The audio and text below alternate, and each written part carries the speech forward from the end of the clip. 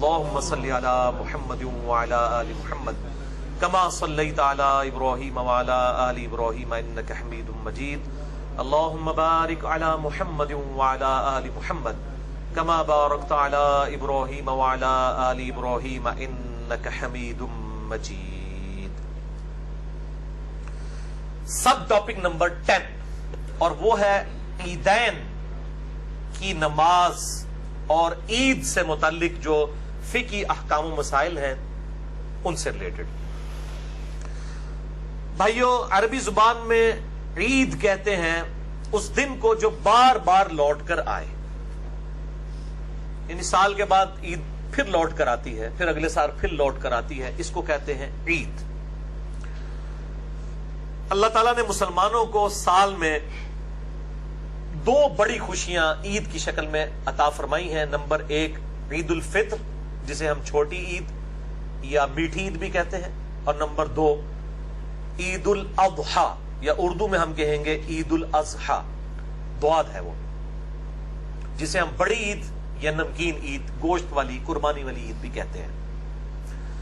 ان دونوں خوشی کے دنوں کو سیلیبریٹ کرنے کے لیے اللہ تعالیٰ نے اپنے محبوب صلی اللہ علیہ وآلہ وسلم کے ذریعے ہمیں باقاعدہ عبادت بھی تعلیم فرمائی ہے کہ ان دو دنوں میں آپ نے کون کون سی عبادات کرنی ہے، اور پرٹیکولرلی جو نماز عید ہے وہ ٹاپ آف دا لسٹ ایک عبادت ہے.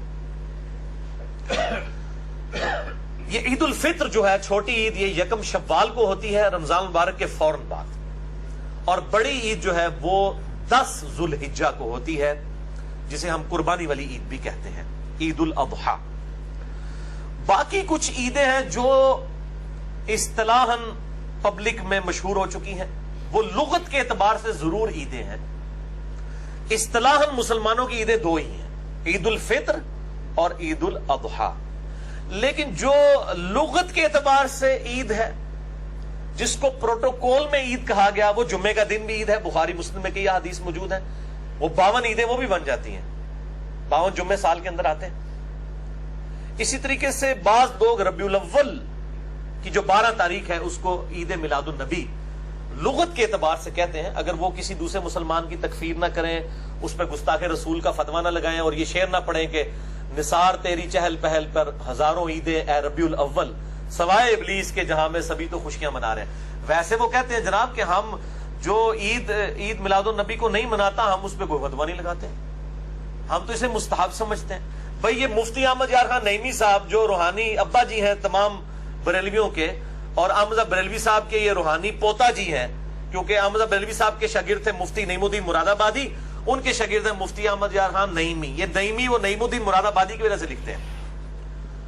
تو نعیم الدین مراد آبادی کے شاگرد، یہ گجرات شہر ہمارے قریب ہی ہے، تقریباً 40 منٹ کی ڈرائیو، جنہوں نے کتاب لکھی جال حق، اس میں انہوں نے باقاعدہ جو ہے وہ مذاق اڑایا، اور یہ شعر ان کا ہے اپنا لکھا ہوا، نثار تیری چہل پہل پر ہزاروں عیدیں ہیں ربیع الاول، سوائے ابلیس کے جہاں میں سبھی تو خوشیاں منا رہے ہیں. ویسے کہتے ہیں مستحب ہے، اور وہ کہتے ہیں جو نہیں منا رہے وہ سارے ابلیس ہیں. جب ہم ان کو ابلیس کہہ دیں، شیاطین کہہ دیں حدیث کی مخالفت کے اوپر، یہ تو بغیر دلیل کے ہمیں کہہ رہے ہیں نا، مستحب کام کے اوپر، تو ان کو برا لگتا ہے. تو یہ کہتے ہیں نہیں، ہم کسی پہ فتویٰ نہیں لگاتے ہیں، جو نہیں کرتا نہ کرے، ہم کو فتویٰ نہیں لگاتے، یہ فتویٰ لگایا ہوا ہے. تو لغت کے اعتبار سے اگر کوئی ان کو بھی عید بولتا ہے، ہمیں کوئی اعتراض نہیں ہے. میرا مسئلہ نمبر 63 ریکارڈڈ موجود ہے، ولادت مصطفیٰ صلی اللہ علیہ وآلہ وسلم اور رسول اللہ کی آخری وصیت ہیں. جسے شوق ہو تو وہ دیکھ سکتا ہے. جمعے کے اوپر عید کا لفظ بولنا، اسی طریقے سے 10 محرم کے اوپر عید کا حضرت موسیٰ علیہ السلام کی نسبت سے. ویسے تو پریکٹیکلی اس وقت تو ہمارے لیے وہ ایک غم کا دن ہی بن چکا ہے، سیدنا حسین رضی اللہ تعالیٰ عنہ علیہ السلام کی مظلومانہ شہادت کی وجہ سے. اور اسی طریقے سے جمعے کے لیے کوئی عید کا لفظ بولتا ہے لغت کے اعتبار سے تو ہمیں کوئی اعتراض نہیں اس کے اوپر. باقی مسئلہ 63 دیکھ لیں.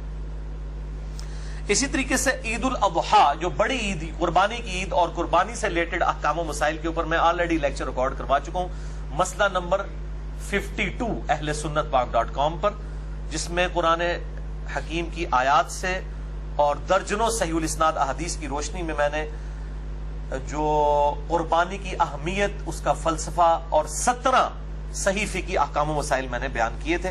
آج میں وہ سکپ کروں گا. آج صرف فوکس جو ہے وہ عید الفطر کے اوپر ہوگا یا عیدین کی نماز پہ، کیونکہ دونوں عیدوں کی نماز کا طریقہ ایک ہی ہے، لہذا وہ کور ہو جائے گا انشاءاللہ.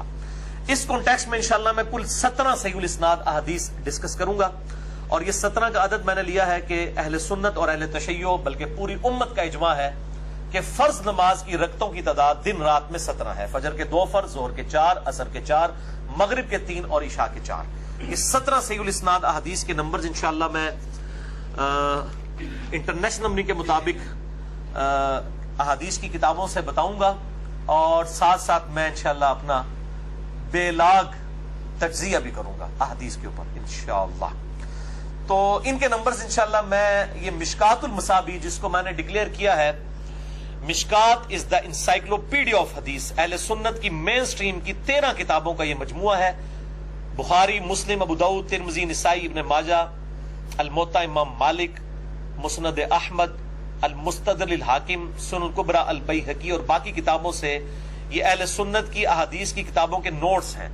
شیخ زبیر زئی رحمہ اللہ تعالی کی تحکیم اور تخریج کے ساتھ اہل سنت پاک .com پہ 3 PDF آپ کو انشاءاللہ تعالی مل جائیں گے مشکات المصابیح کے.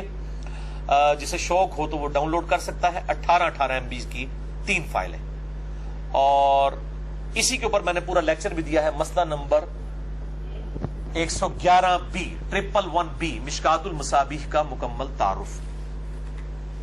پہلی حدیث سنن ابی داؤد سے صحیح سند کے ساتھ، سنن نسائی میں بھی موجود، المستدرک للحاکم میں موجود، امام حاکم اور امام ذہبی دونوں نے اس کی تصحیح کی ہے. مشکات میں اس کا نمبر ہے 1439. انس بن مالک کہتے ہیں کہ جب ہم لوگ ہجرت کر کے مدینہ آئے، نبی صلی اللہ علیہ وآلہ وسلم جب مدینہ شریف تشریف لائے ہمارے پاس، تو اہل مدینہ 2 دنوں کو جن میں وہ کھیل کود کیا کرتے تھے خوشی کے طور پر منایا کرتے تھے. آپ صلی اللہ علیہ وآلہ وسلم نے جب ان سے پوچھا کہ یہ 2 دن تم کیوں خوشی کرتے ہو، تو انہوں نے کہا کہ ہم زمانہ جہالیت میں یعنی اسلام کے آنے سے پہلے بھی ان 2 دنوں میں خوشی منایا کرتے تھے. تو آپ صلی اللہ علیہ وآلہ وسلم نے فرمایا اللہ تعالیٰ نے تمہیں جاہلیت کے ان 2 ایام کے بدلے میں خوشی کے 2 دن عطا فرما دیے ہیں. نمبر 1 یوم الاضحیٰ یعنی 10 ذو الحجہ بڑی عید کا دن، اور نمبر 2 یوم الفطر یعنی 1 شوال چھوٹی عید کا دن. یہ 2 خوشی کے دن تمہیں ان جاہلیت کے 2 دنوں کے بدلے میں اللہ تعالیٰ نے عطا فرما دیے الحمدللہ. دوسری حدیث ترمذی میں موجود ہے، سنن ابن ماجہ میں بھی، المستدرک للحاکم میں بھی امام حاکم اور امام ذہبی نے تصحیح کی ہے. مشکات میں 1440 ہے کہ نبی صلی اللہ علیہ وآلہ وسلم جب عید الفطر کے لیے گھر سے نکلتے تو کچھ نہ کچھ کھا کر جایا کرتے، اور عید الاضحیٰ کے دن واپسی پر آ کر کھایا کرتے تھے. اور بخاری مسلم میں آتا ہے کہ آپ قربانی کرنے کے بعد اسی کے گوشت کے ساتھ ناشتہ فرمایا کرتے تھے. لیکن ظاہر ہے یہ وہی کرے گا جس کا جانور فوراً قربان ہو جائے. اب جس کا اب ہونا ہے زور کے بعد یا اگلے دن، تو وہ کہتے ہیں نہیں روزہ رکھنا ہے. یہ میں نے مسئلہ نمبر 52 میں بتایا تھا، روزہ کو نہیں رکھنا ہوتا، مثلا ایک مستحب کام ہے، کوئی کر لے ثواب، کوئی نہ کرے تو کوئی گناہ والا معاملہ نہیں ہے. اسی کانٹیکسٹ میں صحیح بخاری میں ایک اور حدیث ہے مشکات میں 1433 کہ نبی صلی اللہ علیہ وآلہ وسلم عید الفطر کے دن تاک عدد میں کھجوریں جو ہے وہ کھا کر جایا کرتے تھے، تناول فرما کر. یعنی چھوٹی عید کے لیے جانا ہے تو کچھ کھا کر، اور کھا کے کیا جانا ہے تاک تعداد میں کھجوریں. اب تاک میں صرف 3 سے نہیں تاک شروع ہوتا، 1 بھی کھا سکتے ہیں، وہ تاک میں شمار ہوگا. 1 3 5 7 جتنے بھی ہو سکتے ہیں. باہر باہر کھجوریں تھوڑی ہو گئے جی تاک ہے، تاک 3 تو نہیں شروع ہوتا، تاک 1 تو شروع ہوتا ہے. بخاری مسلم کی حدیث ہے اللہ وطر ہے اور وطر سے محبت فرماتا ہے. یعنی اللہ تاک ہے، وطر عربی میں کہتے ہیں تاک کو، آٹ انگلش میں ہم کہتے ہیں. اللہ خود بھی تاک ہے نا، 1 ہے، تو وطر سے محبت فرماتا ہے. تیسری حدیث بھی صحیح بخاری سے ہے مشکات میں 1434 کہ نبی صلی اللہ علیہ وآلہ وسلم عید والے دن راستہ تبدیل فرما کر جایا کرتے تھے. اور میں الحمدللہ مجھے جب سے میں نے ہوش سنبھالی ہے میں اس چیز کا پرٹیکولرلی اہتمام کرتا ہوں، عید والے دن راستہ بدلنے کا. اسی کانٹیکسٹ میں ایک اور حدیث ہے ترمذی میں، سنن ابن ماجہ میں، المستدرک للحاکم میں، امام حاکم اور امام ذہبی دونوں نے تصحیح کی ہے اس کی. مشکات میں 1447 ہے کہ نبی صلی اللہ علیہ وآلہ وسلم جب نماز عید کے لیے تشریف لے جاتے عیدگاہ کی طرف، تو جس راستے سے جایا کرتے واپسی پر اس راستے سے واپس نہیں آتے تھے، کسی دوسرے راستے سے واپس آیا کرتے تھے. اچھا بعض لوگ کہتے ہیں نہیں ہمارے گھر سے راستہ ہی ایک جاتا ہے. بھائی چاہے ایک راستہ بھی جاتا ہو، آپ واپسی پہ جب نکلے تو کسی دوسری طرف سے ہو کر پھر اسی راستے سے واپس آ جائیں تو دوسرا راستہ شمار ہو جائے گا. آپ دیکھیں اگر کریٹیکلی تو ہر گھر کو دو راستے ہی جا رہے ہوتے ہیں کسی نہ کسی فارم کے اندر. آگے جا کے ظاہر ہے کہ دروازے کا گیٹ تو ایک ہی ہوگا نا, لیکن باہر نکلنے کے بعد تو دو راستے خود سے اپنی عقل سے بنائے جا سکتے ہیں, سنت پوری کی جا سکتی ہے. اسی کانٹیکسٹ میں عبداللہ بن عمر کے بارے میں آتا ہے رضی اللہ تعالیٰ عنہ, الموطا امام مالک میں گولڈن چین کے ساتھ. امام نافع بیان کر رہے ہیں اور امام نافع سے امام مالک بیان کر رہے ہیں کہ وہ عید کی نماز کے لیے گھر سے غسل کر کے جایا کرتے تھے. تو اجماع ہے امت کا کہ عید والے دن غسل کیا جائے, اور اگر نئے کپڑے ہوں تو وہ پہنے جائیں. اور یہ نئے کپڑے پہننا کوئی سنت موقعہ نہیں ہے کہ ضروری نئے کپڑے پہننے. میں اکثر کئی عیدوں کے اوپر میں عید کپڑے نہیں سلواتا ہوں اور پرانے کپڑے دھو کے پہن لیتا ہوں. یہ تو ضروری نہیں کہ ضروری نئے کپڑے ہی پہننے ہیں. اور کئی لوگ تو ایسے ہیں جنہوں نے سال میں پڑھنی نماز عید کی ہوتی ہے, پورا کلف لا کے جناب مسیدی بڑے ہوتے ہیں. سب تو پہلے انہوں نے فجر اس دن کی نہیں پڑھی ہوئی ہوتی, لیکن نہا دھو کے خوشبو لگا کے ایک سنت نماز, واجب بھی نہیں سنت موقعہ ہے یہ عید کی نماز, وہ پڑھنے کے لیے بڑے بن ٹھن کے آئے ہوتے ہیں نئے کپڑے پہن کے. تو صرف سنتوں پہ عمل نہ کریں, فرائض کے اوپر بھی زور ہونا چاہیے. چوتھی حدیث بخاری اور مسلم دونوں میں ہے, مشکات میں 1426 کہ نبی صلی اللہ علیہ وآلہ وسلم عید الفطر اور عید الاضحیٰ کے لیے جب عیدگاہ تشریف لے جاتے تو پہلے نماز پڑھتے. یہ ذرا ترتیب اب یاد رکھنی ہے, پھر میں نے ذرا کڑوی باتیں بھی کرنی ہے. پہلے اس نے شروع کر دیتا ہے.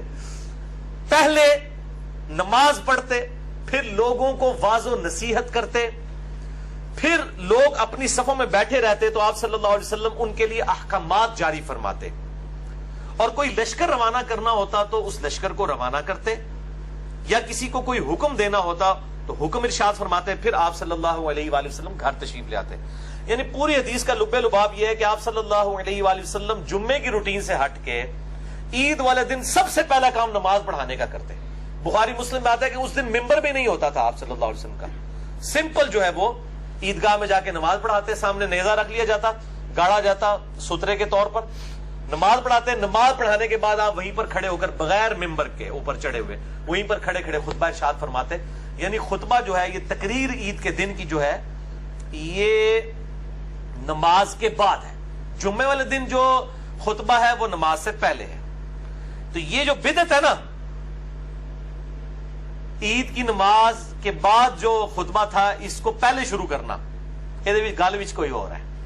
اے انفیوں ہوتے لوگ گرجتے ہیں یار انفیوں نے دیکھیں وہ پہلے تقریر شروع کر دی ہے جی, وہ خطبہ تو عید کا بعد میں ہونا چاہیے. اور پائی انفیوں کا کوئی قصور نہیں ہے, یہ تو آڑے مامے اور قصور ہے جنہوں نے دین نو بدلیا ہے. وہ مامو جی کا تعارف میں انشاءاللہ بعد میں کرواتا ہوں. پانچویں حدیث صحیح مسلم سے ہے, مشکات میں اس کا نمبر ہے 1427. سیدنا جابر بن سمرہ کہتے ہیں کہ میں نے نبی صلی اللہ علیہ وآلہ وسلم کے ساتھ عیدین کی نمازیں کئی بار پڑھی ہیں, عید الفطر بھی اور عید الاضحیٰ بھی, اور ان نمازوں میں نہ اذان ہوتی تھی نہ اقامت ہوتی تھی. حالانکہ جماعت کے ساتھ نماز پڑھی جا رہی ہے لیکن اذان اور اقامت نہیں ہے. تو اذان کوئی گناہ کا کام تو نہیں. میں اپنے بریلویوں سے, دیوبندی بھائیوں سے جو کہتے ہیں جی وہ ہم کوئی اگر کام نیکی کا کرتے ہیں, اگر فرض نماز کے بعد اجتماعی دعا کرتے ہیں تو گناہ کا کام تو نہیں ہے, اگر ہم جنازے کے بعد دعا مانگ لیتے ہیں تو گناہ کا کام تو نہیں ہے. تو میں ان کو پھر یہ الزامی جواب کے طور پر کہتا ہوں کہ عید کی نماز سے پہلے اگر کوئی اذان دے لے تو گناہ کا کام تو نہیں ہے. تو کہتے ہیں نہیں ثابت نہیں ہے. ثابت نہ ہوا تو کیا ہوا, ہے تو ثواب ہی کا کام. تو یہ الزامی جواب ہے. ضروری نہیں کہ جو چیز ثابت نہیں ہے اور وہ ثواب کا کام ہے تو اس کو دین میں داخل کر دیا جائے, نہیں. یہ معاملات دنیاوی معاملات میں ہیں, وہاں دیکھا جائے گا کہ ممانعت نہیں ہے تو آپ کر لیں. دین کے اندر من احدث فی امرنا ھذا فہو رد, جس نے ہمارے دین کے اندر کوئی چیز داخل کر دی. یہ قالین دین میں داخل نہیں ہے, ہوائی جہاز میں سفر دین میں داخل نہیں ہے. اور تارقادی صاحب دھوکے دے دینے. مسئلہ نمبر 75B میرا ریکارڈڈ موجود ہے, بدعت سے متعلق 5 شبہات کا ازالہ, جسے شوق ہو تو وہ دیکھ سکتا ہے. چھٹی حدیث بھی بخاری اور مسلم دونوں میں ہے, مشکات میں 1429. ابن عباس کہتے ہیں جب ان سے پوچھا گیا کہ آپ صلی اللہ علیہ وآلہ وسلم کے ساتھ آپ نے عید پڑھی ہے, تو انہوں نے کہا ہاں بالکل پڑھی ہے. آپ صلی اللہ علیہ وآلہ وسلم عید کی نماز پڑھانے کے لیے تشریف لاتے تو سب سے پہلے نماز پڑھاتے. اس سارے پوچھتے پہ نا بزرگوں کو لوگ کہ جی دسو نماز پڑھی تھے کنج پڑھ دے, ایک گل وچ کوئی اور ہے بھائی. وہ تو انہوں پتہ لگے گا کہ کیوں پوچھ رہے ہیں بار بار کہ جی آپ نے نماز پڑھی ہے تو بتائیں کس ترتیب سے پڑھتے. وہ ترتیب بدل دی تھی بنو امیہ نے, اس لیے صحابہ کرام جو ہے تابعین جو ہے وہ صحابہ سے پوچھتے تھے. ان کا ہاں جی ہم نے پڑھی ہے, آپ صلی اللہ علیہ وسلم تشریف لائے, آپ نے پہلے نماز پڑھائی نمبر 1, پھر خطبہ دیا, اور کوئی اذان اور اقامت نہیں ہوئی تھی. اس کے بعد آپ صلی اللہ علیہ وسلم خواتین کے پاس گئے, انہیں واعظ و نصیحت کی اور صدقے کے متعلق حکم فرمایا. اور میں نے دیکھا کہ عورتوں نے اپنے کانوں سے اور گردن سے زیورات اتار کر حضرت بلال کو دیے صدقہ کے لیے. اس سے یہ پتا چلا کہ عورتیں, وہ کہتے ہیں حدیث سے بتائیں کہ عورتیں کان میں کوئی چیز پہن سکتی ہیں. اہل حدیث دے دیجیے, بخاری مسلم دونوں میں. اور اسی میں ایک ترک جو ہے نا, ایک طریق بخاری اور مسلم کا, اس میں الفاظ ہے, آپ نے فرمایا عورتوں میں نے تم میں سب سے زیادہ دوزخ میں دیکھا ہے کیونکہ تم اپنی خاوند کی ناشکری کرتی ہو, تو اللہ کے حضور صدقہ کرو. پھر عورتوں نے سب سے زیادہ صدقہ اپنے زیورات اتار کے دے دیے. آج بھی جو یہ مطلب بولی بالی عورتیں ہیں, وہ مولوی جب ترغیب دلاتے ہیں تو وہ آپ کو پتا ہے وہ بھی اپنے زیور اتار دیتی ہیں. نبی صلی اللہ علیہ وسلم کی مثالیں دی جاتی ہیں, وہ تو زیور اتروایا جاتا تھا تو کہیں لگتا تھا. آپ صلی اللہ علیہ وسلم تو اپنی وفات تک, بخاری مسلم میں آتا ہے کہ اما عائشہ کہتی ہیں بعض کا 1 مہینہ, بعض کا 2, بعض کا 3 مہینے تک ہمارے گھر چولہا نہیں جلتا تھا اور 2 کالی چیزوں پر گزارا ہوتا تھا, نمبر 1 کھجور اور نمبر 2 پانی. اور کھجوریں بھی کوئی پیٹیاں نہیں, 2 کھجوریں صبح 2 شام کے وقت, 1 پانی کا پیالہ میٹھا صبح کے وقت, 1 شام کے وقت. وہاں تو میٹھا پانی بھی ایشو تھا, کڑوا پانی ہوتا تھا, اتنی دور سے بھر کے لانا پڑتا. تو ہمارے نبی کی تو زہد کی زندگی گزری ہے صلی اللہ علیہ وآلہ وسلم. آج ان کی مثالیں پیش کر کے تو یہ جو چندے ہتھیار ہیں عورتوں سے اور مردوں کو ایکسپلائٹ کر رہے ہیں اور اس سے اپنی جدادیں اور اپنا لیونگ سٹینڈرڈ انہوں نے مینٹین کیا ہوا ہے, تو ان کو شرم کرنی چاہیے. تو یہ ان احادیث کی روشنی میں آپ کو پتہ چل گیا کہ جمعے کی ترتیب تو پتہ ہے, احادیث کی روشنی میں بھی اجماع امت ہے کہ پہلے جو ہے وہ آپ نے تقریر کرنی ہے, اس کے بعد نماز. عید کا جو ہے معاملہ اس سے الٹ ہے, پہلے نماز اور اس کے بعد تقریر ہوگی اور اس میں ممبر بھی نہیں رکھا جائے گا, بغیر ممبر کے. 7ویں حدیث خلفائے راشدین, یہ کہتے ہیں جی پہلے خلفائے راشدین سے ثابت کریں, نبی صلی اللہ علیہ وسلم کو چھوڑ دیں, خلفائے راشدین وہ بھی سن لو, ان کی سنت کیا تھی.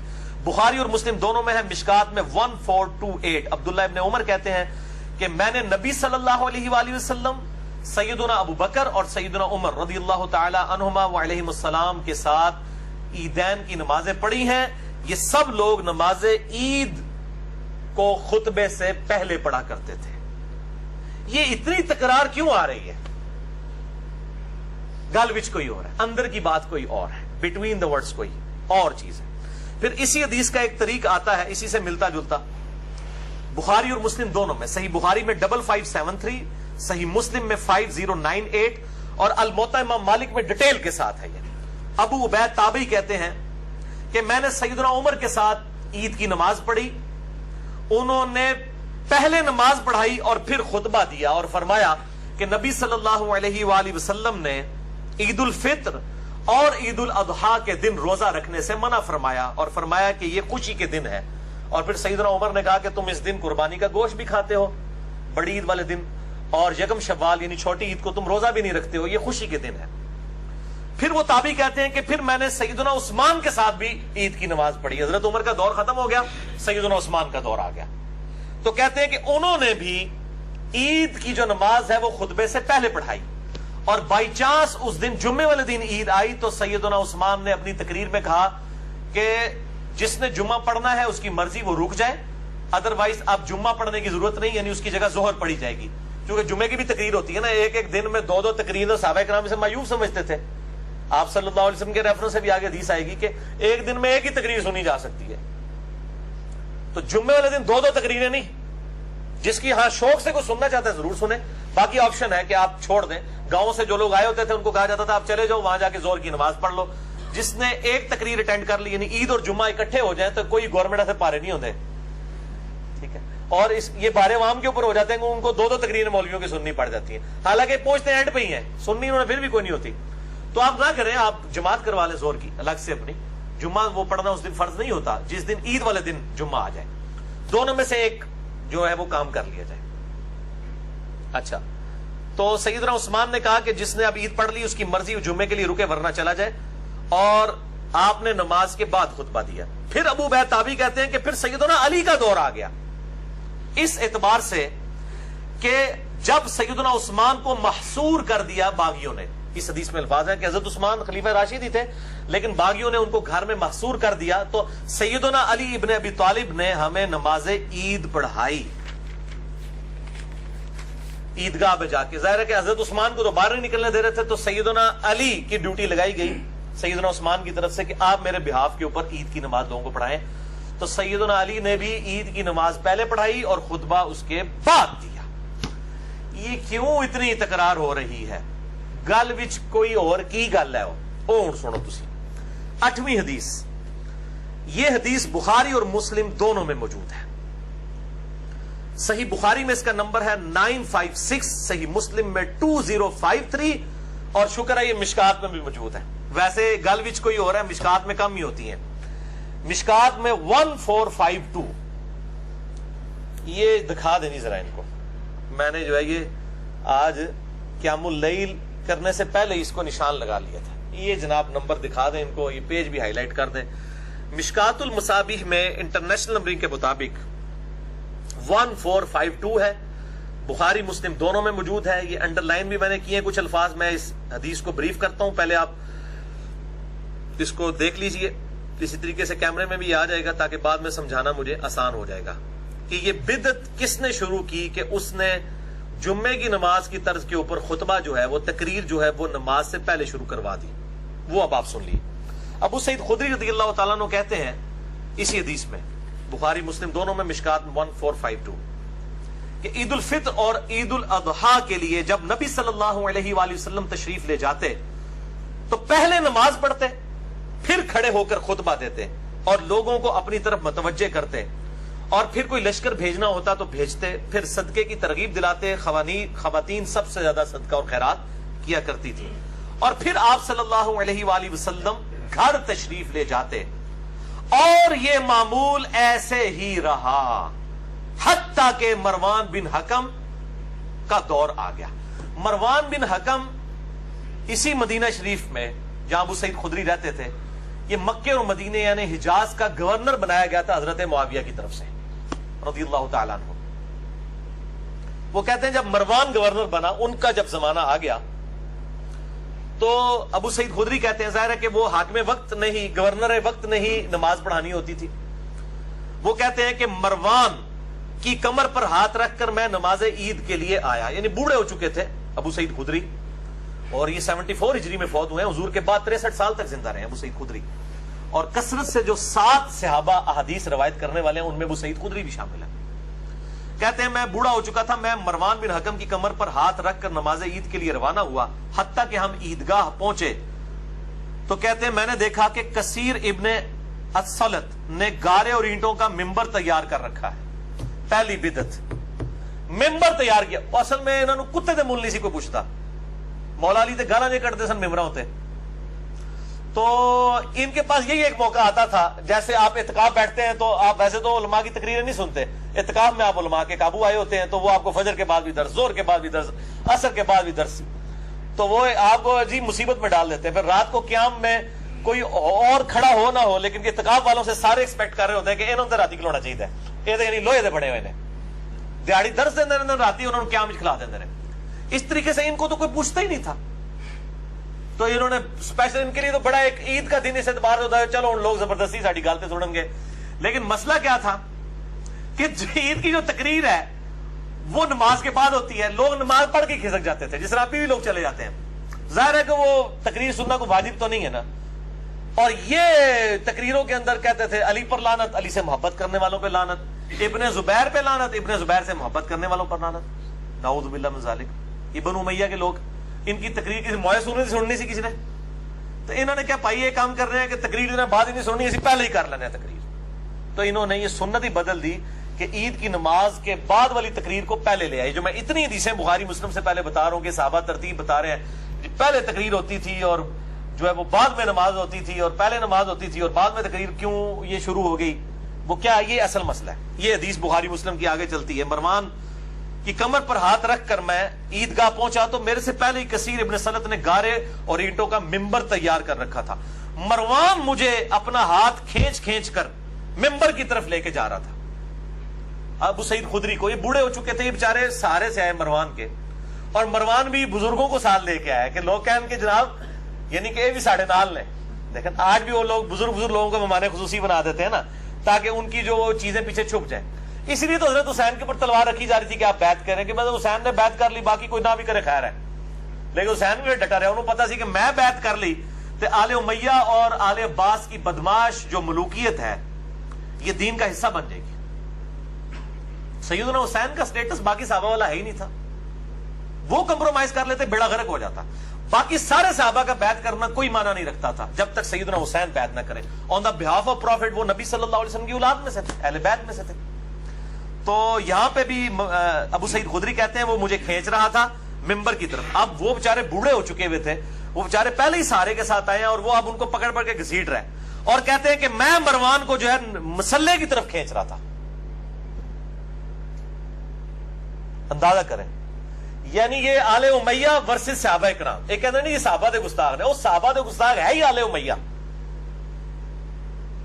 ابو سعید خدری اس کو گھسیٹنے لگے کہ تو پہلے نماز پڑھا، تو وہ پھر آگے سے کہنے لگا ابو سعید، اللہ اکبر، یہ ہے جرت۔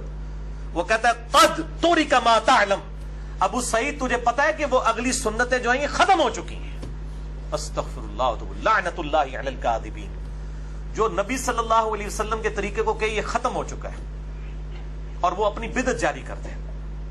یہ نواقض اسلام نہیں ہے، یہ کتابیں جناب لکھ لکھ کے محمد عبد الوہاب صاحب کی بانٹتے ہیں، نواقض اسلام، جی کن چیزوں سے انسان اسلام سے باہر ہو جاتا ہے، 10 نواقض اسلام۔ پائی جی نواقض اسلام کا پہلوا فتویٰ جو ہے نا وہ مروان بن حکم کے اوپر لگتا ہے، جس نے نبی صلی اللہ علیہ وآلہ وسلم کی سنت کے بارے میں ابو سعید خدری صحابی کو کہا کہ تجھے نہیں پتا یہ طریقے ختم ہو چکے ہیں۔ اچھا اب وہ صحابی خاموش نہیں ہوئے ہیں، ابو سعید خدری انہوں نے کہا ہرگز نہیں، اس ذات کی قسم جس کے قبضہ قدرت میں میری جان ہے، یعنی میں بوڑھا ہو چکا ہوں، مجھے پتا ہے تجھے مروا چڑھ دو بندے نو، میری جان اس کے اللہ کے قبضے میں ہے، مجھے اس اللہ کی قسم کہ اے مروان تو خیر و بھلائی پر نہیں ہے۔ یہ بات آپ رضی اللہ تعالیٰ عنہ 3 بار آپ نے ریپیٹ کی اور غصے سے ممبر سے دور چلے گئے، یعنی ممبر تک پھر اس کے ساتھ نہیں گئے کہ تو نے جو بدعت کرنی ہے اکیلے کر، منو میں مانے خصوصی بنا کے نہ کر۔ اور وہ اتنے بوڑھے ہو کر بھی وہ سہارا سے لے کے آئے ہوئے تھے، لیکن انہوں نے پھر وہ سہارا بھی نہیں لیا کہ میری وجہ سے کہیں انڈورس نہ ہو جائے آل امیہ کہ جی ابو سعید خدری بھی تو ساتھ کھڑے ہیں تو وہ بھی تو صحابی ہے نا، تو انہوں نے انڈورس کر دیا کہ مروان کا عمل یہ صحیح ہے، اور یہ مروان بھی خود نہیں ہے، یہ حضرت معاویہ کا گورنر ہے حجاز کا، آپ اندازہ کریں، بولے اعوذ باللہ تعالی۔ تو یہ آج کل مطلب فتاوی کمیٹی علماء عرب کی اور نواقض اسلام اور یہ سب کچھ سعودی عرب والے نکال رہے ہیں، یہ نواقض اسلام میں مروان بن حکم کو بھی ڈالے نا، پھر پتہ چلے گا۔ یہ میرے بھائیو حدیث جو میں نے بیان کی بخاری مسلم دونوں سے، بخاری میں 956، مسلم 2053، مشکات میں 1452، ہمارے ریسرچ پیپر جو میرا علمی ایٹم بم ہے اس پہ یہ 52 نمبر پہ ہے، اور میں نے الحمدللہ ناسبیوں اور رافضیوں کی موت تیار کی ہے علمی طور پہ۔ اے دکھاؤ جی فرحان صاحب، انہوں اے مڑ مڑ کے دکھاؤ، انہوں راتی خواب بھی نظر آئے اے پمفلٹ۔ واقعہ کربلا کا حقیقی پس منظر، یہ خیالی پس منظر نہیں صلاح الدین یوسف یہ کفایت اللہ سنابلی کا جعلی پس منظر، یہ خیالی پلاؤ نہیں، یہ حقیقی پس منظر 72 صحیح الاسناد حدیث کی روشنی میں اہل سنت کی مین سٹریم کی کتابوں سے، اکثر حدیث بخاری اور مسلم سے ہے۔ کل 200 روایتیں میں نے اس کے اندر جمع کی ہیں، اور الحمدللہ یہ انٹرنیشنل پمفلٹ ہے۔ سب سے پہلے عربی میں لکھا، یہ مولویوں کا عربی والا اعزا بھی میں نے نکالا ہے، اس کے بعد اس کا اردو ترجمہ ہوا، اور یہ ہزاروں کی تعداد میں ہم فری بانٹتے ہیں، اور واٹس ایپ کے ذریعے تو لاکھوں لوگوں تک یہ الحمدللہ پہنچ چکا ہے۔ انٹرنیشنل ہے، عربی میں بھی ہے، اردو میں بھی ہے، ہندی میں بھی ہے اور انگلش میں بھی، 4 زبانوں کے اندر یہ ریسرچ پیپر ہے۔ اور اس میں میں نے بنو امیہ کے پورے کرتوت کھولے ہیں کہ کس طریقے سے ان لوگوں نے دین کو بدلا، اور میرے کئی لیکچرز بھی ہیں، اور ایک پرٹیکولر اسی کے اوپر سورہ مریم میں ایک آیت آتی ہے کہ انبیاء کے جانے کے بعد ناخلف لوگ ان کے جانشین ہوئے، انہوں نے دین کو بدلا۔ وہ ساری احادیث میں نے مسئلہ نمبر 116D 116-D مسئلہ میں نے ایک لیکچر ریکارڈ کرایا، اس کا نام ہی ہے بنو امیہ نبی صلی اللہ علیہ وسلم کے ناخلف جانشین ثابت ہوئے۔ اس میں بھی میں نے یہ حدیث بیان کی ہے، باقی اس ریسرچ پیپر میں تو بہت کچھ ہے۔ باقی مسئلہ نمبر 101 بھی دیکھ سکتے ہیں، 102 بھی دیکھ سکتے ہیں، اور میرا ایکسکلوسیو کوسچن آنسر سیشن 5 گھنٹے کا وہ تو کل ہی سارا دے پاری ہے، مسئلہ نمبر 157A اور 157B، اور اب ماشاءاللہ 175A 175B وہ 6.5 گھنٹے کا آ چکا ہے الحمدللہ، جو پچھلے پوری رمضان کی رات ہم نے جاگ کے اور ساری کے بعد بھی 2.5 گھنٹے تک جاگ کے وہ ریکارڈ کروایا الحمدللہ۔ نویں حدیث بھی صحیح بخاری سے ہے، مشکات میں 772، سیدنا ابن عمر کا بیان ہے کہ نبی صلی اللہ علیہ وآلہ وسلم جب عیدگاہ کی طرف تشریف لے جاتے تو ایک صحابی چھوٹا سا نیزہ آگے اٹھا کر چلتے اور عیدگاہ میں وہ گاڑا جاتا، اس کو سترہ بنا کر آپ صلی اللہ علیہ وآلہ وسلم ہمیں نماز پڑھایا کرتے. تو عیدگاہ میں سترہ آگے گاڑا جائے گا. سترے کے اوپر میں نے مسئلہ نمبر 110 ABCD کے اندر علیحدہ سے میرا کلپ چڑھا ہوا ہے. یہ سترہ واجب نہیں ہوتا لیکن افضل ہے کہ سترہ سامنے ہونا چاہیے. اچھا، بعض اب جو لوگ ہیں عیدگاہ کے حوالے سے بڑی سختی کرتے ہیں، خصوصاً اہل حدیث میں بھی، سارے نہیں ہیں، کچھ وہ کہتے ہیں جی عید کی نماز جو ہے نا یہ صرف عیدگاہ میں پڑھ سکتے ہیں، مسجد میں عید کی نماز نہیں ہو سکتی. یہ بات پارشلی تو درست ہے کہ عیدگاہ میں ہی نماز ہونی چاہیے، یہی افضل ہے، لیکن یہ کہنا کہ صرف عیدگاہ میں نماز ہوگی ایسا نہیں ہے. نماز مسجد میں بھی ہو جائے گی. افضلیت اور غیر افضلیت کا چکر ہے اور اس کے اوپر ایمفسائز کرنا اور جان بوجھ کے لوگوں کو ٹانٹ کرنا. خصوصاً ہمارے پاکستان کے اندر بھی ایک خاص اسکول آف تھاٹ ہے اہل حدیث کا بھی، ایک سمجھ لیں اسی میں، کہ جو اس حوالے سے سختی کرتا ہے. باقی جو عام اہل حدیث ہیں وہ الحمدللہ مسجدوں میں ہی نماز پڑھاتے ہیں اور باقی دیوبند بریلوی بھی شیعہ بھی کوئی ایسا جھگڑا نہیں کرتے. تو میں ان کے لیے ایک حدیث یہاں پہ ضمناً بیان کر دوں. السنن الکبریٰ امام بیہقی کی کتاب میں جلد 3 صفحہ 310 پہ انٹرنیشنل نمبر کے مطابق 6052 مکتبۃ الشاملہ کے مطابق سیدنا عمر نے خطبہ دیا لوگوں کو اور کہا، لوگوں، بے شک نبی صلی اللہ علیہ وآلہ وسلم لوگوں کو عیدگاہ لے جا کر نماز پڑھایا کرتے تھے اور یہ بات زیادہ آسان اور وسعت والی بھی تھی اور وہ لوگ مسجد میں سما بھی نہیں سکتے تھے. پس اگر بارش ہو تو مسجد میں نماز عید پڑھ لو، یہ زیادہ آسان ہے. یعنی بارش میں ایک عذر ہے، اب ضروری نہیں کہ عیدگاہ والی سنت ہی پوری کرنی ہے. اگر بارش ہے تو مسجد میں پڑھے. اور اسی طریقے سے عیدگاہ اگر کہیں پر اویلیبل نہیں ہے، گراؤنڈز اویلیبل نہیں ہے، بعض کا سیکیورٹی ریزنز بھی ہو جاتی ہیں، کیٹاسٹرافک کنڈیشن کے اندر مسجد کے اندر عید کی نماز بالکل درست ہوگی. اس کو سپورٹیو ایک حدیث بھی ہے لیکن وہ ضعیف ہے. سنن ابی داؤد کے اندر مرفوع حدیث بھی موجود ہے مشکات میں 1448 اور ابو داؤد کے حوالے سے، لیکن وہ ضعیف ہے، میں بیان کرنا بھی اس کو مناسب نہیں سمجھتا. 10ویں حدیث بھی بخاری اور مسلم دونوں میں ہے مشکات میں 1430. ابن عباس رضی اللہ تعالیٰ عنہ کہتے ہیں کہ نبی صلی اللہ علیہ وآلہ وسلم نے عید الفطر کی 2 رکعت نماز پڑھائی اور اس سے پہلے اور بعد میں کوئی نماز نہیں پڑھی. یعنی نماز عید سے پہلے 2 رکعت تحیت الوضو یا تحیت المسجد نہیں پڑھ سکتے. عید کی نماز کا پروٹوکول ہے، عید سے پہلے بھی کوئی نماز نہیں پڑھ سکتے، بعد بھی کوئی نماز، اس دن اشراق کی نماز بھی نہ پڑھے، چاش بھی نہ پڑھے. وہ نماز عید خود بخود ایکویلنٹ بن گئی اس کی. جیسا کہ رمضان سے کنزیکٹو پہلے شعبان کے آخری دنوں میں روزہ رکھنا منع ہے تاکہ رمضان کا پروٹوکول رہے. عید کا پروٹوکول یہ ہے کہ عید والے دن اس اشراق کے ٹائم کے اندر آپ جو ہے وہ کوئی اور نماز نہیں پڑھیں گے سوائے عید کی نماز کے. اچھا، اور یہ عید کی نماز کے ٹائم کے اوپر بھی اجماع ہے کہ یہ زوال آفتاب سے پہلے پہلے رہے گا. جو مکروہ وقت شروع ہوتا ہے اس کے بعد زوال آفتاب یعنی ابتدائی ظہر ہو جاتی ہے، اس سے پہلے پہلے آپ نے عید کی نماز کو پڑھ لینا. نہیں، اشراق اور چاش کے وقت کے اندر عید کی نماز پڑھنا سنت ہے. 11ویں حدیث جامع ترمذی سنن ابن ماجہ میں ہے صحیح سند کے ساتھ. سنن ابی داؤد کے اندر ہے 1151. مشکات میں 1441 ہے. مشکات والی سند ضعیف ہے لیکن اس کے فٹ پہ شیخ زبیر صاحب نے ابو داؤد 1151 کا حوالہ دیا ہے کہ نبی صلی اللہ علیہ وسلم نے نماز عیدین میں پہلی رکعت میں قرات کرنے سے پہلے 7 تکبیرات اور دوسری میں قرات سے پہلے 5 تکبیرات کہیں. یہ 6 تکبیرات کوئی ثابت نہیں، یہ 12 تکبیرات ہیں. 12 ہم تو 6 کے اوپر بھی خوش ہیں، چلو کسی بہانے رفع الیدین کرتے تو ہر سال بعد نہ انہیں پیچھے پڑھ بھی لیا کرو. بعض لوگ پوچھتے ہیں انفیوں کے پیچھے پڑھ لیں اور کوئی آپشن نہیں، پڑھ لیا کرو جناب.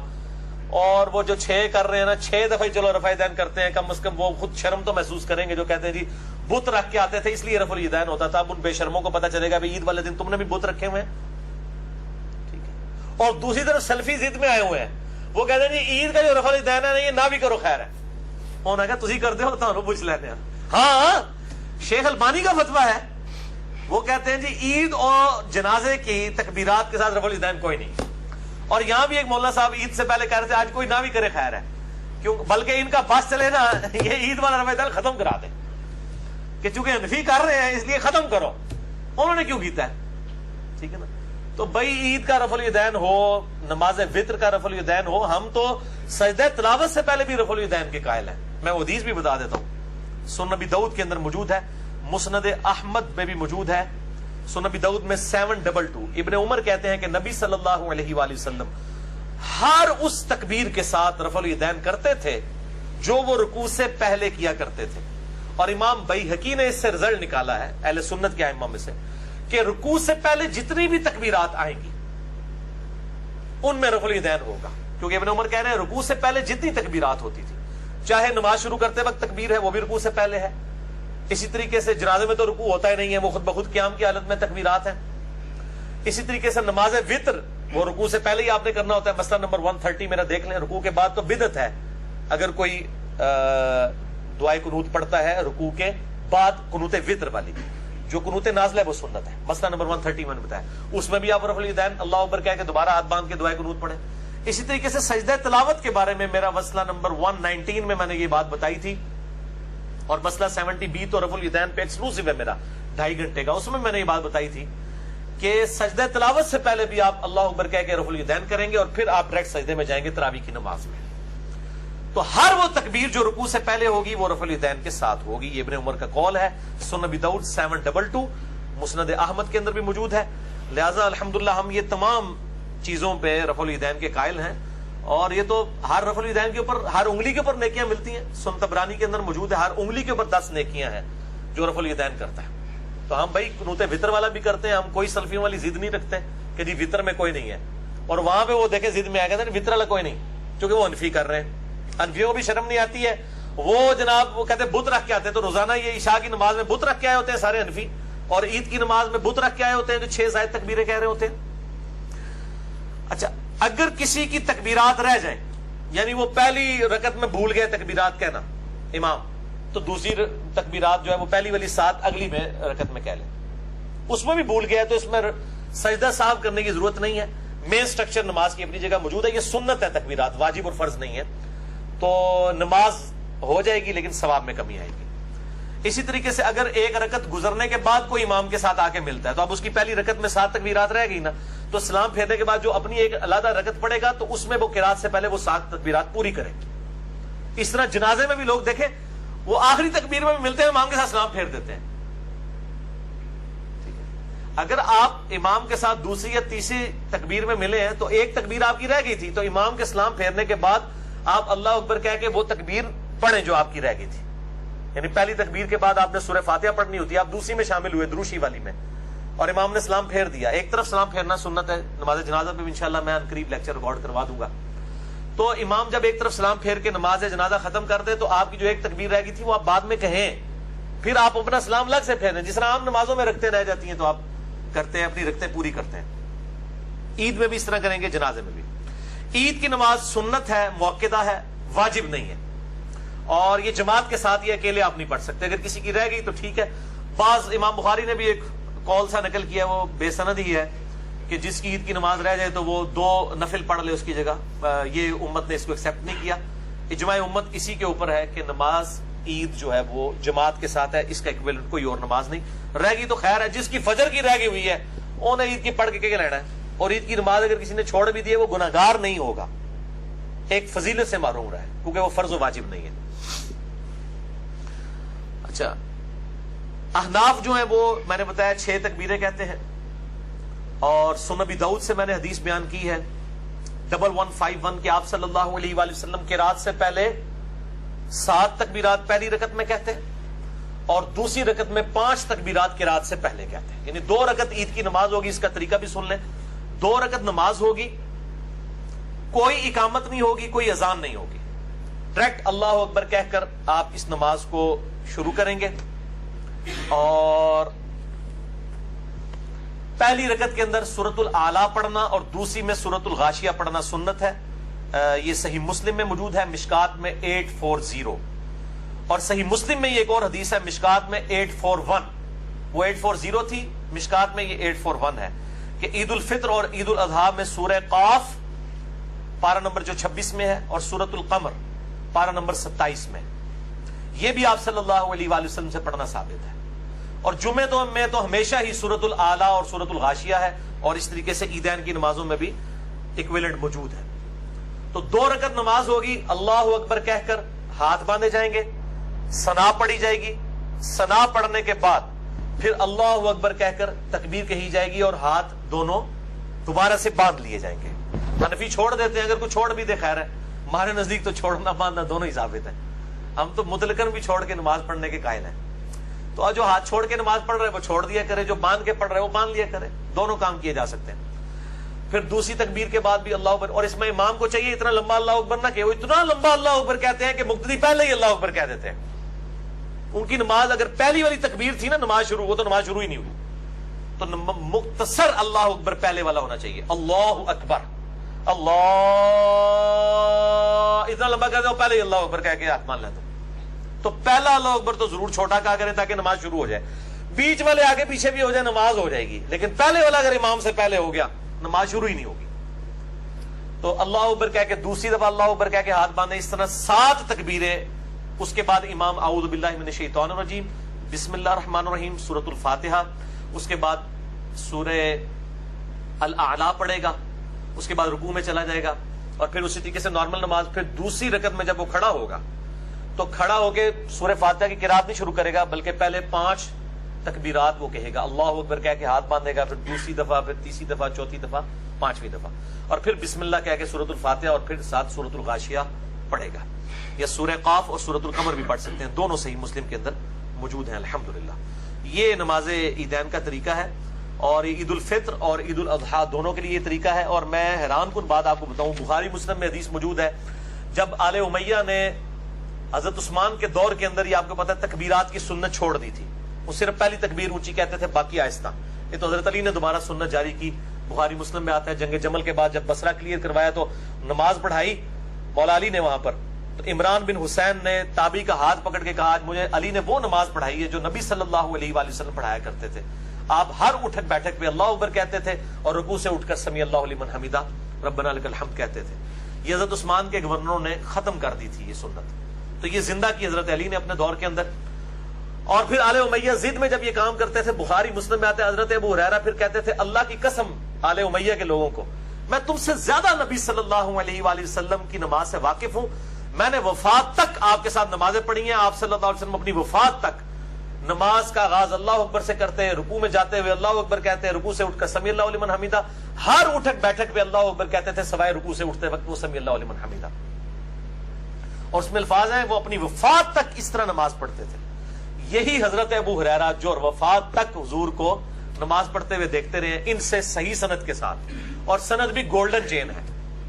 الموطا امام مالک کے اندر حدیث کی پہلی کتاب روئرز پہ گولڈن چین ہے. حضرت ابو ہریرہ کے پیچھے امام نافع نے پڑھی ہے. نافع عبداللہ بن عمر کا شاگرد ہے اور امام ہے, اور نافع سے امام مالک نے بیان کیا. سند کی ضرورت ہی نہیں پرکھنے کی, کوئی صحیح ضعیف والا چکر ہی نہیں ہے. امام مالک کہتے ہیں کہ میں نے نافع سے سنا, اور نافع کہتا ہے کہ میں نے ابو ہریرہ کے پیچھے عید کی نماز پڑھی, تو انہوں نے پہلی رکعت میں قرات سے پہلے 7 تکبیرات کہیں, اور دوسری رکعت میں قرات سے پہلے 5 تکبیرات. گولڈن چین الموطا امام مالک میں. امام ابو ہریرہ, یہ امام حنیفہ یا امام شافعی, امام احمد بن حنبل, امام شافعی یا امام مالک, اور امام بخاری, امام مسلم نہیں, امام ابو ہریرہ. اور آج بھی ان دونوں استاد شاگردوں کی قبریں جو ہیں وہ ساتھ ساتھ ہیں. بقیہ غرقد میں امام نافع کی جو قبر ہے نا, اس کے بالکل پیچھے جو ہے امام مالک کی قبر ہے. دونوں قبریں ساتھ ساتھ ہیں, استاد شاگرد. اور امام مالک کے استاد ہیں امام نافع. امام نافع اور امام مالک کی قبریں جو ہیں وہ ساتھ ساتھ ہیں بالکل بقیہ غرقد میں. اور امام نافع شاگرد ہیں عبداللہ ابن عمر کے, اور وہ کہہ رہے ہیں کہ میں نے حضرت ابو ہریرہ کے پیچھے نماز پڑھی ہے عید کی. الموطا امام مالک میں عید کی نماز کا چیپٹر کھول لیں اور دیکھ لیں کہ یہ 12 تکبیرات ہیں. پوری دنیا کے اندر 12 تکبیرات ہیں سوائے حنفیوں کے.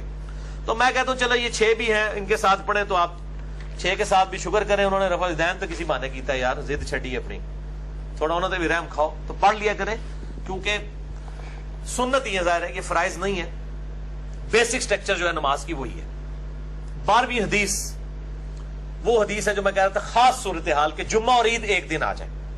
سنن نبی داؤد میں 1070, صحیح ابن خزیمہ میں بھی موجود ہے, المستدرک الحاکم میں بھی ہے. امام حاکم اور امام ذہبی دونوں نے تصحیح کی ہے کہ زید ابن ارقم کہتے ہیں کہ نبی صلی اللہ علیہ وآلہ وسلم کے زمانے میں ایک دفعہ عید اور جمعہ ایک ہی دن آ گئے, تو آپ صلی اللہ علیہ وسلم نے عید پڑھانے کے بعد جمعے کی رخصت دے دی اور فرمایا جس کی مرضی پڑھ لے، جس کی مرضی نہ پڑھے۔ یہ جمعے سے مراد جمعے کا خطبہ ہے اور جمعے کی نماز ہے، اس کے بدلے زور پڑھنی ہوگی، اجماع ہے، وہ نمازیں 5 پوری کرنی ہے، یعنی کہ زور بھی فارغ ہوگی۔ عید کی وجہ سے جمعے کا خطبہ اور جمعے کی نماز ختم ہوئی ہے، 5 نماز جو فرض ہیں وہ اپنی جگہ رہیں گی، تو اس کے بدلے ظہر پڑھنی ہوگی۔ اس وقت گاؤں میں چونکہ جمعے نہیں ہوتے تھے نا، تو لوگ جمعہ پڑھنے کے لیے یہاں آتے تھے، تو پھر رخصت دے دی کہ ٹھیک ہے یار گھر جاؤ، آپ کوئی ٹینشن لینے کی ضرورت نہیں ہے کہ اب آپ اتنی دور سے آئے ہو تو آپ 2 تقریریں ایک دن کے اندر سنو۔ اچھا، اور یہاں پہ یہ جو کہتے ہیں جی بھاری ہو جاتی ہے حکومت کے لیے، کوئی بھاری نہیں ہوتی ہے، یہ بالکل غلط بات ہے۔ 13ویں حدیث عید کی دعا سے ریلیٹڈ ہے کہ مبارکباد کے طور پر عید والے دن کیا کہنا چاہیے۔ اس حوالے سے السنن الکبریٰ امام بیہقی کی کتاب میں جلد 3 صفحہ 319 پر 6088 نمبر حدیث ہے۔ خالد بن معدان تابعی رحمہ اللہ تعالی کا بیان ہے کہ میں نے عید کے دن واصلہ رضی اللہ تعالیٰ عنہ صحابی سے جب ملا تو میں نے ان کو کہا تقبل اللہ منا و منکا، اللہ تعالی ہماری بھی عبادات کو قبول کرے، روزوں کو، یہ ساری چیزوں کو، اور تمہاری بھی قبول کرے۔ تقبل اللہ، اللہ تعالی قبول کرے، منا ہماری طرف سے، و منکا اور تمہاری طرف سے بھی۔ تو حضرت واصلہ نے جواب میں کہا کہ ہاں میں بھی نبی صلی اللہ علیہ وسلم سے عید کے دن جب ملا تھا تو میں نے بھی آپ صلی اللہ علیہ وسلم کو یہی بات کہی تھی، تقبل اللہ منا و منکا، تو آپ نے بھی مجھ سے یہی بات کی، تقبل اللہ منا و منکا۔ لیکن یہ روایت جو ہے یہ کمزور ہے، ضعیف راوی ہے اس کے اندر، محمد بن ابراہیم شامی۔ ابن حجر اسقلانی نے صحیح بخاری کی جو شرح لکھی ہے فتح الباری، اس میں صحیح بخاری میں انٹرنیشنل نمبر کے مطابق جو 952 نمبر حدیث آتی ہے، جو آج کے لیکچر میں آخری حدیث ہوگی 17ویں، اس کے کانٹیکسٹ میں لکھا ہے کہ یہ روایت ضعیف ہے، سنن کبریٰ البیہقی کی۔ لیکن ساتھ ہی انہوں نے اور اسناد کے ساتھ احادیث نقل کی کہ اس پہ اتفاق ہے کہ صحابہ کرام انہی الفاظ کے ساتھ مبارکباد دیا کرتے تھے۔ ضرور نہیں ہوتا کہ ایک روایت ضعیف ہے تو دوسری کتابوں میں صحیح روایت بھی ہے، تو انہوں نے نقل کر دی کہ صحابہ کرام میں رواج تھا کہ وہ کیسے مبارک دیتے تھے، تقبل اللہ منا و منکا۔ یہ ذرا ریپیٹ کریں آپ کو یاد بھی ہو جائے، تقبل اللہ منا و منکا، اللہ تعالیٰ قبول کر لے ہماری طرف سے بھی، اور چھوٹی عید پہ بھی بڑی عید کے اوپر بھی آپ عبادات کے اعتبار سے، قربانی کے اعتبار سے یہ آپ مبارکباد دیں گے۔ باقی جو گلے ملنا ہے، عیدی، یہ ساری کی ساری چیزیں ٹریڈیشنل ہیں، ان کے اوپر کوئی بدعت کا فتویٰ نہیں لگتا، اسلام نے کوئی ان کے اوپر ممانعت نہیں کی ہے، ضرور ملیں گلے۔ یہ وہ چیزیں نہیں ہیں جن کے اوپر بدعت کے فتوے یا عید مبارک کہنے کے یا جمعہ مبارک کہنے کے اوپر فتوے۔ میں انشاءاللہ نہ مولوی نہیں کلاس آؤں گا جڑی چھوٹی چھوٹی چیزوں بدعت کہتے ہیں، میں پھر دساں گا انہوں نے خود کتنی بدعتیں شروع کی تھی، تو وہ ادھر کہیں گے نہیں نہیں یہ تو انتظامی معاملات ہیں۔ یہ بدعت اس لیے ہوتی، بدعت ہوتی ہے من احدث فی امرنا ھذا، میں نے بدعت پہ 5 گھنٹے گفتگو کی ہے، مسئلہ 75A اور 75B، جس میں نے کسی کا لحاظ نہیں کیا، نہ حنفیوں کا نہ سلفی اہل حدیث کا، اللہ کے فضل سے۔ تو یہ ہے تقبل اللہ منا و منکا، عید مبارک بھی کہیں، بالکل کہیں، لیکن یہ سنت الفاظ بھی آپ ضرور کہیں۔ اسی کانٹیکسٹ میں بڑی مشہور تکبیرات ہیں عیدین کی، مشہور ہے، اجماع ہے اہل سنت اہل تشیع کا، اللہ اکبر اللہ اکبر، لا الہ الا اللہ واللہ اکبر، اللہ اکبر وللہ الحمد۔ یہ جو ہے نا اللہ اکبر اللہ اکبر اللہ اکبر 3 دفعہ، یا اللہ اکبر کبیرہ والحمدللہ کثیرہ، وہ ساری روایتیں ضعیف ہیں۔ شیخ زبیر علی زئی صاحب نے خود فتاوی علمیہ میں لکھا ہے کہ ساری جعلی روایتیں ہیں۔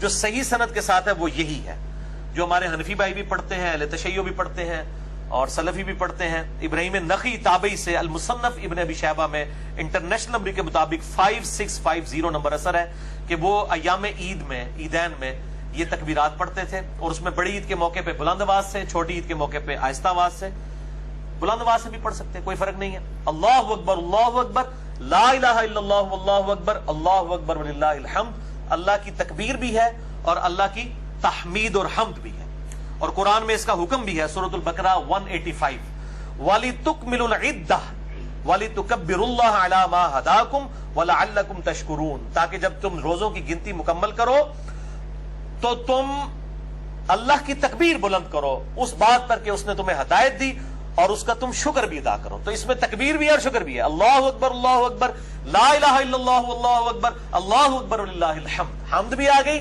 تکبیرات بھی آ گئی۔ 14ویں حدیث بھی بخاری اور مسلم دونوں میں ہے، مشکات میں 1431 ام عطیہ کا بیان ہے کہ ہمیں حکم دیا جاتا تھا، رضی اللہ تعالیٰ عنہ کہتی ہیں کہ عیدین کے دن حائضہ اور پردہ نشین عورتوں کو گھر سے نکالیں، بے پردہ کر کے نہیں، پردے میں ہی، تاکہ وہ مسلمانوں کے ساتھ نماز اور دعا میں شریک ہوں، لیکن حائضہ نماز کے وقت الگ رہے، یعنی مخصوص ایام جس کے پیریڈز مینسز چل رہے ہیں۔ کسی خاتون نے عرض کیا کہ اگر میں چادر نہ پاؤں تو آپ صلی اللہ علیہ وآلہ وسلم نے فرمایا اپنی ساتھ والی کی چادر میں لپٹ کے تم عیدگاہ میں آ جاؤ، یعنی شو آف اسٹرینتھ ہے مسلمانوں کی۔ جن عورتوں نے نماز نہیں بھی پڑھنی وہ بھی عیدگاہ، یہ عیدگاہ کے لیے حکم ہے، مسجدوں کے لیے نہیں۔ آج کل تو زیادہ تر مسجدوں میں ہو رہا ہے، وہاں پہ وہ عورتیں نہیں پھر اس طرح کی جائیں گی، صرف نماز پڑھنے والی جائیں۔ عیدگاہ میں چونکہ وہ پروٹوکول مسجد والا نہیں ہے، مسجد میں تو کوئی بھی جنبی یا حیض والی عورت داخل نہیں ہو سکتی نا، عیدگاہ میں داخل ہو سکتی ہے، تو ساتھ والی عورت کی چادر میں لپٹ کے آ جائے۔ یہ شو آف سٹرینتھ ہے، جیسے جمعے کی نماز ہے، شو آف سٹرینتھ ہے۔ یہ ویکلی گیدرنگ ہے، عید اینول گیدرنگ ہے، اور حج انٹرنیشنل گیدرنگ ہے مسلمانوں کی، اور یہ ہر شہر میں ایک ہی ویسے گیدرنگ ہونی چاہیے۔ ابھی تک میرے علم میں صرف ایران ایسا شہر ہے، ایران ایسا ملک ہے جس کے شہروں کے اندر ایک شہر میں ایک ہی عید اور جمعے کی نماز ہوتی ہے۔ تہران کے اندر 15 سے 20 لاکھ بندہ ایک جگہ پہ جمعہ پڑھتا ہے، اور اس کا جو خطبہ ہے وہ پریزیڈنٹ آف ایران دیتا ہے۔ یہ خطبے مولویوں کا کام نہیں، مولویوں کا کام صرف نمازیں پڑھانا ہے، اور وہ بھی اگر حکمران نہ ہو، ورنہ حکمران حضرت عمر خود ہی پڑھاتے تھے، حضرت ابو بکر، عمر، عثمان و علی خود ہی پڑھایا کرتے تھے نمازیں، تقریر بھی خود کرتے تھے۔ آج بھی پرائم منسٹر آف پاکستان کا کام ہے کہ وہ شاہ فیصل مسجد میں اسلام آباد میں نماز پڑھائے۔ چلے نماز نہیں پڑھا سکتا، اس کے بعد لائسنس نہیں ہے داڑھی والا، ہمارے نزدیک تو صحیح مسلم میں داڑھی تو شرط ہی نہیں ہے جماعت کی، وہ تو 4 شرائط کچھ اور ہیں۔ بہرحال چلے نماز والا مسئلہ ہے، تقریر تو خود کرے جو پریزیڈنٹ یا پرائم منسٹر خود کرے، پرائم منسٹر ہے، ہیڈ آف دی اسٹیٹ تو پرائم منسٹر ہے، اس کو کرنی چاہیے تقریر۔ اسی طرح شہروں میں بھی جو ہے وہ جو ایم این اے ہے ان کا کام ہے تقریریں کریں، تو یہ شو آف اسٹرینتھ ہے مسلمانوں کی۔ ایران کے اندر بہرحال ایک شہر کے اندر ایک ہی جمعہ ہوتا ہے، اور لاکھوں لوگ وہاں پہ پھر پڑھتے ہیں ایک ہی امام کے پیچھے۔ پھر آپ دیکھیں یہ جو جمعے اور عید کی جو نمازیں کے خطبے ہیں نا، یہ وضو غسل استنجے کے طریقے بتانے کے لیے نہیں ہے، یہ مسلمانوں کی پولیٹیکل گیدرنگ ہے کہ مسلمانوں نے لائے عمل کیا تیار کرنا ہے اس وقت، جو ان کے ساتھ معاملات چل رہے ہیں غیر مسلموں کے یا مسلمانوں کے انٹرنل ایشوز ہیں، تو وہ پریزیڈنٹ کا کام ہی ہے، پرائم منسٹر کا کام ہی ہے کہ وہاں پہ خطبہ دے۔ اچھا 15ویں حدیث، تھرڈ لاسٹ، صحیح بخاری اور مسلم دونوں میں ہے، یہ بھی مشکات میں 2049 کہ نبی صلی اللہ علیہ وسلم نے عید الفطر اور عید الاضحیٰ کے 2 ایام میں روزہ رکھنے سے منع فرمایا۔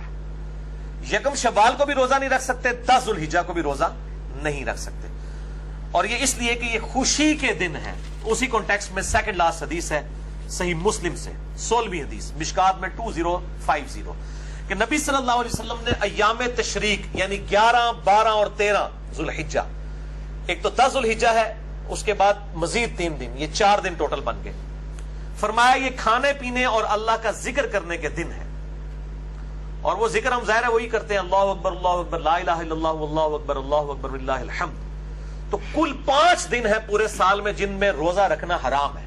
نمبر 1 یکم شوال عید الفطر کا دن، اور 4 کنزیکٹیو دن ہیں، 10 ذوالحجہ، 11 ذوالحجہ، 12 اور 13 ذوالحجہ، وہ 4 جو دن ہیں، ایک 10 ذوالحجہ اور 3 ایام تشریق۔ ان چاروں کو بھی ایام تشریق کے حوالے سے خیر مطلب انڈائریکٹلی کہا جاتا ہے، ویسے یہ 3 ہی بنتے ہیں ایام تشریق، 11، 12 اور 13، لیکن قربانی کے جو ہے وہ 3 ہی دن ہیں، وہ 10، 11، 12 ہیں، وہ یوم النحر ہے، 10 ذوالحجہ، 11، 12، وہ گولڈن چین میں نے بتایا، گولڈن چین اس سے بڑی کیا ہوگی۔ روئرز پہ پہلے حدیث کی کتاب سب سے پہلی الموطا امام مالک ہے، اس میں گولڈن چین سے امام مالک کہتے ہیں میں نے نافع سے سنا، امام نافع، اور نافع کہتے ہیں میں نے عبداللہ بن عمر سے، کہ قربانی عید کے بعد 2 دن تک درست ہے، یعنی 10 ذوالحجہ، 11 اور 12، عید کے جو ہے وہ 2 ہی دن ہے، 10 ذوالحجہ اور یکم شوال۔ یہ بڑی عید جو 3 دن کہا جاتی ہے وہ 3 دن قربانی کے ہیں، ورنہ تو عید بھی 3 دن پڑی جاتی، عید کا پہلے ہی دیہڑا ہوتا پائی 10 ذوالحجہ، 11، 12 یوم النحر ہے، وہ 3، 10، 11، 12، تو اس میں آپ جو ہے وہ کھانے پینے کے یہ 4 دن ہے، 10، 11، 12 اور 13، 3 دن وہ بن گئے، 11، 12، 13 یہ یام تشریق، اور 10 ذوالحجہ جو ہے وہ عید الاضحیٰ، اور 5واں یکم شوال عید الفطر۔ یہ 5 دن آپ روزہ نہیں رکھ سکتے، یہ کھانے پینے کے دن ہیں خوشی کے۔